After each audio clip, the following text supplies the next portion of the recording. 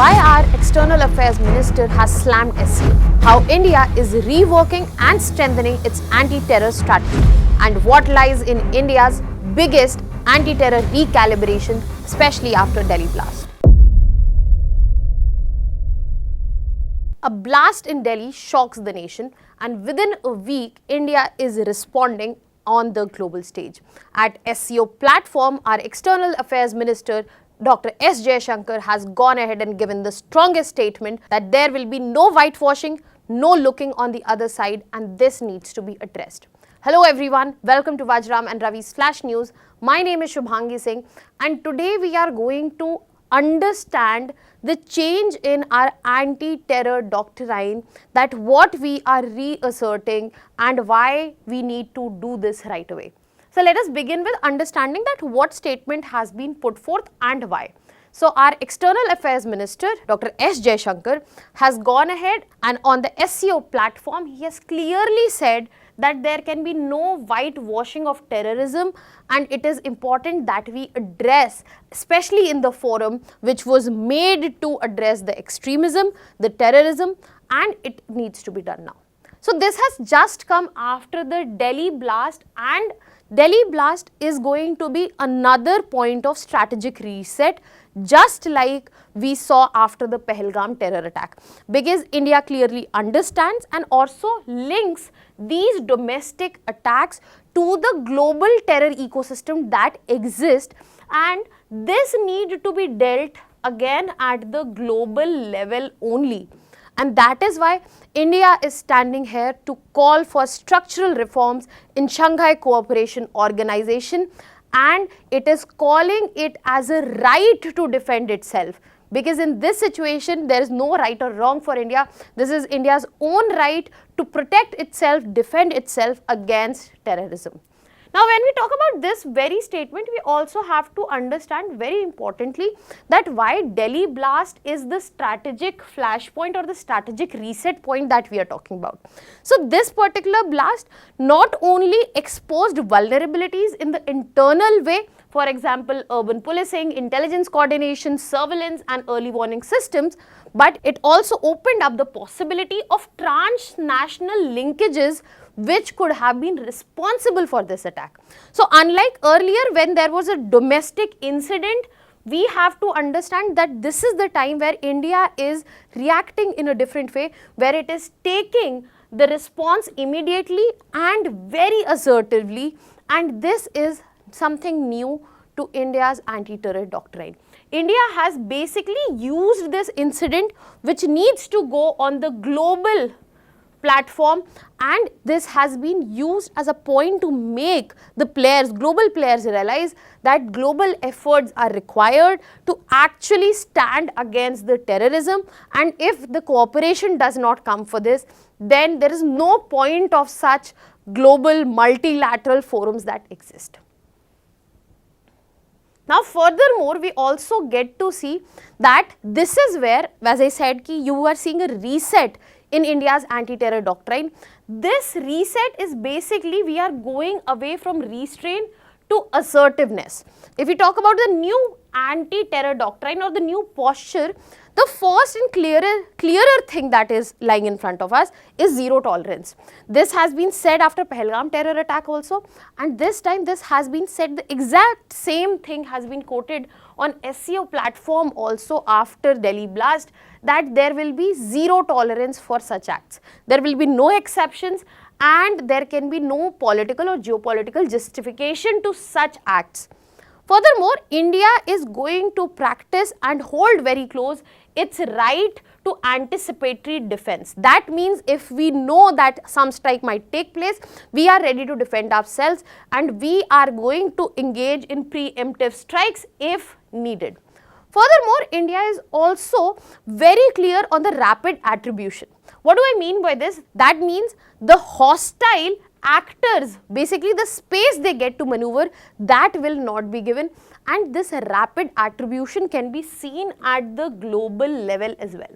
Apart from that, another factor that is these incidents are not treated as isolated incidents or something that needs to be tackled internally. They are being dealt and brought to the global forums so that the people who are responsible for this, the sponsors who are getting this done, they are isolated by like-minded countries, by such forums, so that the whole global terror ecosystem that we are talking about, that can be clipped off. Furthermore, another important focus has been over rejecting selective narratives. For example, the conversation about good terrorists versus bad terrorists, or the need of resorting to terrorism. So there cannot be a specific narrative that works for a country at a multilateral forum, directly saying that Pakistan has used multiple narratives at the same forums where India is trying to tell the other story. So these selective narratives where Pakistan puts up a different side and certain countries go ahead and support it, that will not work. We will not just put our narrative, our story out there, but we will be rejecting the untrue, the wrong selective narratives that are being talked about. And this clearly indicates that this is a strategic shift in our anti-terror doctrine, where we are moving away from strategic restraint posture, where we used to hold, understand, see. We are directly moving to a deterrence-based counter-terror doctrine. Now, when we are talking about all this, we started our conversation by the statement of our External Affairs Minister at the Shanghai Cooperation Organization. Now, when I say this shift can be seen there, it is not just seen by a statement. India has gone ahead and asked for certain reforms that need to come at SCO, and this is where our External Affairs Minister has drawn a clear hard line that Shanghai Cooperation Organization, which was founded for the very basis of addressing terrorism, separatism and extremism, it cannot be facilitating the sponsor of these very causes.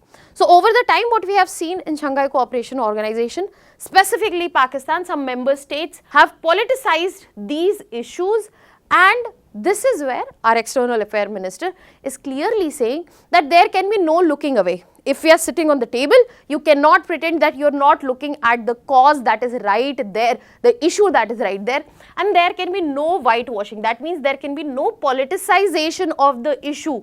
Terrorism cannot be justified, should not be justified or sanitized for any purpose at all.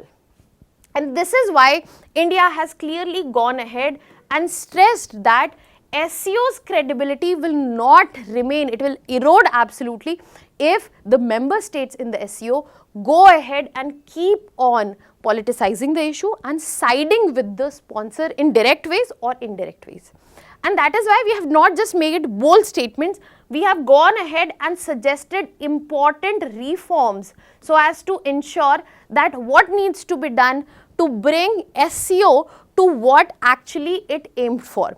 It has asked for proper modernization of this organization, where their main body, RATS, that is Regional Anti-Terrorist Structure, needs to be strengthened. There needs to be real-time intelligence sharing, database of foreign fighters, tracking of terror financing and cyber operations. Furthermore, depoliticizing counter-terror measures. For example, no member should block terror designation for strategic reasons. A very direct indication towards China, where China used to block terror designations for Pakistan-related sponsors or players. So this is a very clear reference where China has been shielding Pakistan-based terrorists at UNSC. Other than that, India has also clearly asked for expanding SCO's agenda, where Shanghai Cooperation Organization, that means SCO now should include and address issues such as digital cyber terrorism. It should look into the financing of terrorism, where it comes from, how it needs to be addressed, drone enabled attacks, and also that how recruitment is taking place through encrypted platforms, the way we have seen in Delhi blast itself. So SCO's agenda needs further expansion, it needs to include other things so that it is actually able to serve the purpose it stands for. And then needs to come the accountability of the member states itself. It is not just about blocking the designation of terrorists, it is also about answerability. If member states are found to be sheltering, protecting, such ecosystems, extremist groups, they should be able to answer and they should be pointed out in such forums. And the reason India is doing this is the fact, as I said, we found this strategic starting point at the Delhi blast, but we have to understand that it is way deeper than that. Because the Delhi blast clearly highlights the regional terror ecosystem where we can see Turkey's handlers have been involved, Pakistan's outfits have been involved, and other links will be discovered. That is why India has internationalized this whole incident, because terror networks as of now, they do not operate from one particular location. These domestic attackers, they have external enablers, radicalization, recruitment, financing has occurred outside from India, and this is clear signal for India that we will not allow external actors to hide behind the domestic narrative.